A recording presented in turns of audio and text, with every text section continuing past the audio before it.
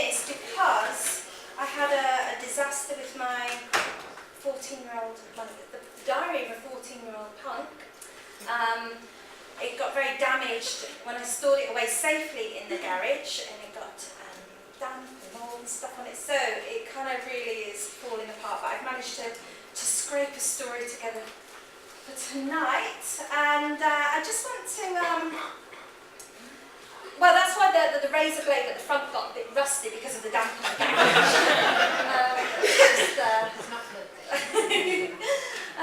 It's just a bit unavoidable. But I wanted to give you a bit of a background about what was happening when I was writing this diary, and kind of set the scene, and hopefully it will explain some of the actions I took that maybe I'm not so proud of now, and I can't believe I'm going to admit some of them tonight. But I was living in Northern Ireland in a little fishing village, and I was a Catholic, and I went to a Catholic school, and that's the convent up there on the top right-hand side. And when my dad first drove me to the the village when I was 14, it's kind of a really, really small town, and we went through the crossroads, which is this picture on the bottom right-hand side. And I was just, it was the first time I'd been in the village, and the first time we went to see the house, and on the steps of that corner at the crossroad were a gaggle of punks. And my heart was just, yes, at last, people like me, I could relate to them. I didn't know them, they were just like a load of guys just hanging out in the corner, but I was determined that they were going to be my friends. So, also living in Northern Ireland, hence the imagery, there was quite a lot of religious divide, the Catholics and the Protestants, and I lived in Derry before that, and there were bombs going off, literally just around the corner, and stuff like that. So, and the riots were happening in the army on the streets, and things like that. And then, of course, you had the unofficial kind of armies of the Troubled Times, the IRA and the UVF and stuff like that. Hence, there was really a big divide there between the two religions, and we'll get funnier as we go on, but I'm just telling you this because of where my head maybe was at the time, so, and to explain some of the things that I did. Now, one of the punks that I saw in the corner that day I actually fell in love with. I changed his name to John, and we innocently dated, and we would go for walks and hold each other's hand, and I'd go into his bedroom and listen to punk music. That was the first time I'd really heard punk music, and he had like a big record collection, and it was amazing, and I loved it. But I was Catholic and he was a Protestant, and we had to break up because this kind of thing happened in Ireland at the time. He was actually, I'm laughing, I'm just like nervous laugh, but he was actually threatened by some gunmen. And they were saying, look, we've been watching you, you're going out with that Catholic girl, you better stop going out with her or else we're going to kneecap you. So he said to me, well, I'd rather not end up in a wheelchair, and I'd rather not lose my life. So we stopped dating. But hopefully this incident will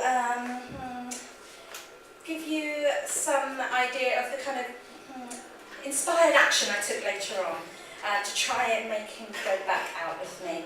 So apologies if it's not quite PC and it's quite dark in places, but I was crying with laughter when I wrote this, so hopefully you will find some humour in it too.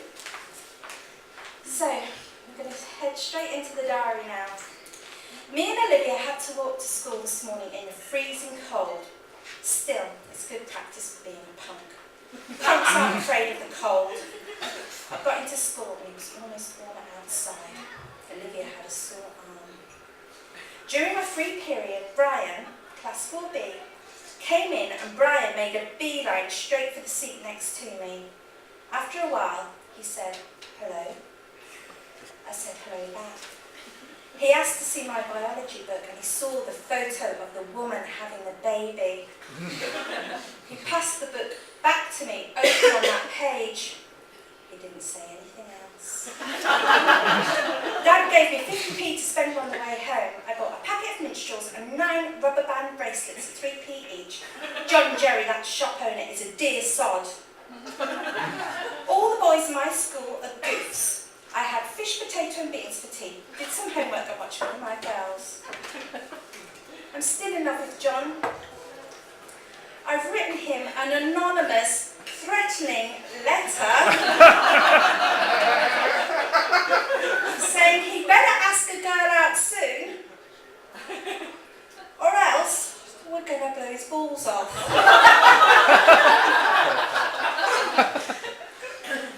I hope that brings him to his senses. And he asks me out. I live for punk. Why did I have to be born a Catholic? Why? Watched Saturday Superstore. Went to the shops. I pretended to be sick. I didn't want to go to stupid mass. I went to stupid mass. Came home and watched Only Fools and Horses. Another bloody boring day. I wonder how much more I could take. I really don't think it's normal for anyone to be as bored as me. Dad gave me a lift to school. I like Mr. McHugh. He called Terence a vegetable. I walked past Brian and he never said a word. We walked past each other again and he said, "Hello, Karen. I've heard rumours he fancies Anne. You better not. I haven't seen John for a couple of days now. I hope he asks me out soon. I must send that threatening letter." I am on a diet. I will be a thin-faced, attractive punk so that John will fall in love with me. I had the usual boring day at school. I hate everybody in it. I got all my chemistry right. Walked home by myself as usual. I've got a biology test tomorrow and I don't know anything. The mood I'm in, I don't bloody care. I watched Full House with the girls on top. Eva said she would go to the disco with me. I waited for Eva. She came, we went to the disco. It was cancelled. So me and Eva went to the pictures to see Best Defence. I walked home and had some buns and went to bed. Wow, what a day I had. Dad asked me what I wanted for Christmas. I said money. Dad said he was buying me a present. I don't want a stupid present. I want money. It makes me really mad. Watched Hill Street Blues. Had a boring day.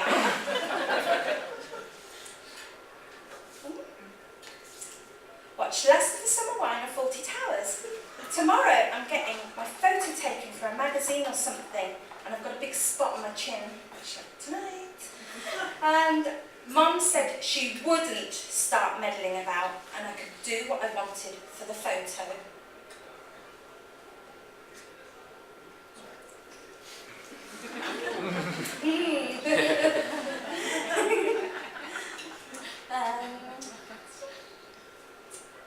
I got the bus to Newry and went shopping and bought myself a record. The Clash. It's quite good. It's not hard punk.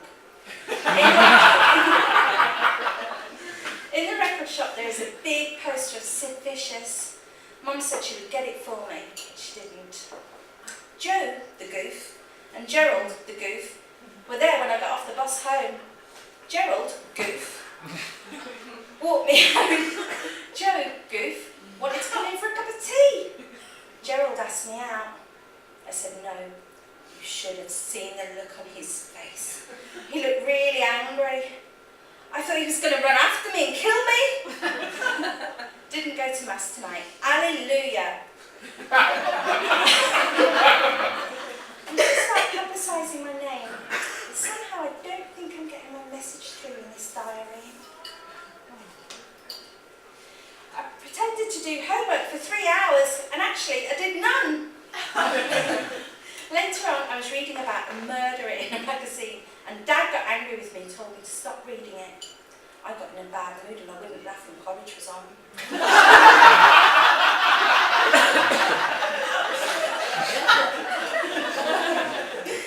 Dad said I had to go to bed at 9 p.m, which is when 40 Towers starts. I was going to write to Kathleen, Claire and Jackie magazine. I didn't. 5 boys fancy me. 4 of them are goofs. I am on a diet. Every time I eat sweets, etc., I have to get Olivia to hit me.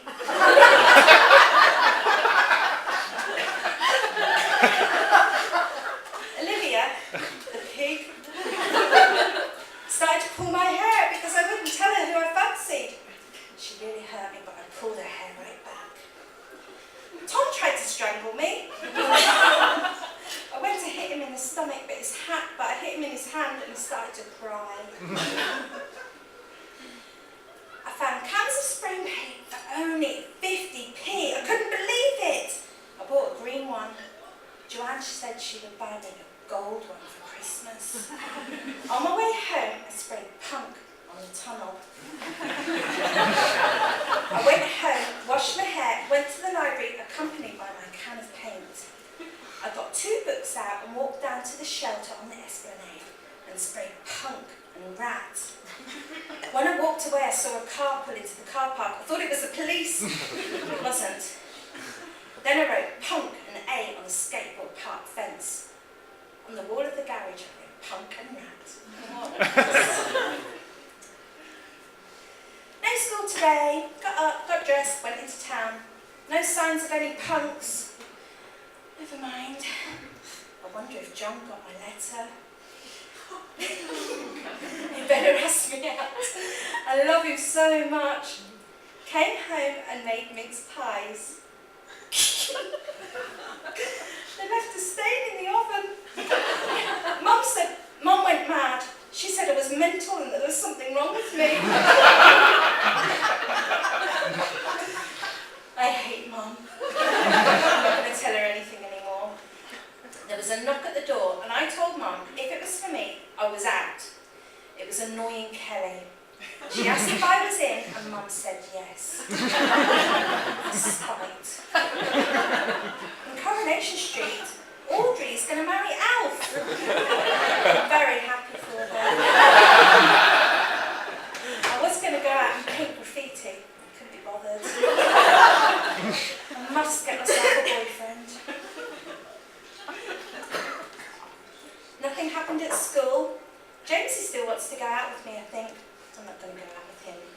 That 6-year boy that I hit the other day keeps looking at me. Scared? I tried to get in touch with Sid Vicious, but nothing happened. I got really mad. Got up and watched Mike read. Tidied the bathroom and bedroom. I'm a very good girl, I think. Then Mum called me into the kitchen as I'd left a couple of things on the table, and she was complaining I was messy and that she has to apologise to visitors when they come in. We don't have any bloody visitors! I can't wait to get out of here. I'm going to be a rebel tomorrow. 2 days to Christmas. I'm not really getting that excited about it. I woke up and went into town. Mum said I wasn't getting a TV for Christmas. She got my hopes up. I hate her for that. I went in search of my Christmas present. If it isn't a TV, then what is it?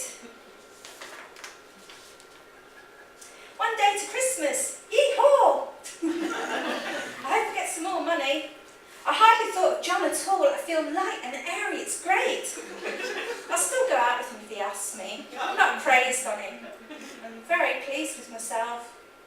Mum made me do the bloody dishes. Tomorrow's Christmas. I can't wait.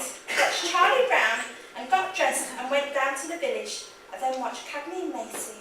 It was sad. And then I had a bath and went to bed. I can't wait till the morning. Good night. And Merry Christmas, punks. If only you knew me. Got up and went to 8:30 Mass. It only lasted an hour, thank God. Came home and opened my presents. Mum and Dad got me a selection box, a guitar, a snake, perfume, a Jackie Animal. I didn't do too bad. Christmas dinner was great. It was a really happy day. It's the beginning of a new year. I haven't made any New Year's resolutions. I have a massive big cold. I set the chimney on fire because I burned a box. It was really brilliant. The fire brigade had to come. At least it was a little excitement. Now, it turns out that I did actually end up writing to Kathy and Claire on the 4th of January, and I found the letter kind of sellotape into my diary, and I hadn't sent it, but I'll read some of the highlights to you to show you the kind of real raw angst that I was feeling about John, you know, and the Romeo and Juliet love story of me and that punk. So, dear Kathy and Claire, please help me. I just don't know what to do. I was going out with a boy called John. We used to get on really well, but he was a Protestant and I was a Catholic, and he got threatened, so he had to finish with me. I got really upset because he was my only one true friend. There's nothing here to do, and the highlight of the week is going to the cinema by myself. I'm so lonely. I'm also really into punk. I always will be. My bedroom is full of punk things and all my clothes are punk. I live for punk. I don't know what I'd do without it. It's my life! But I don't let it interfere with my schoolwork.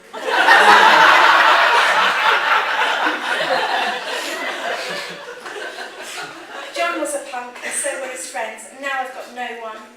No one understands me. I do try and have fun, but my friends aren't very adventurous, and they think I'm stupid for wanting to have fun. Please help. P.S. I have enclosed the stamped address envelope. So, coming to the end of this diary talk, but I don't want to leave you hanging, and I don't want to end it on a downer, so I want to tell you some good news. And even though I moved away from the village to live in Birmingham, in fact, I was still in love with John, and I pined for him, and I couldn't stop thinking about him. And even though we hadn't kept in touch after I left Ireland, I was still a girl in love, and I was determined that nothing's going to keep us apart. So I made up my mind, and I saved up all my pocket money and went back to the little fishing village on my own, and I didn't tell John I was coming over. Surprise! And I was reunited with John, and we spent a few days together, and eventually I had to come back to Birmingham, but this time we kept in touch. And the good news is, the amazing news is, and I think this just goes to show the power of a threatening letter.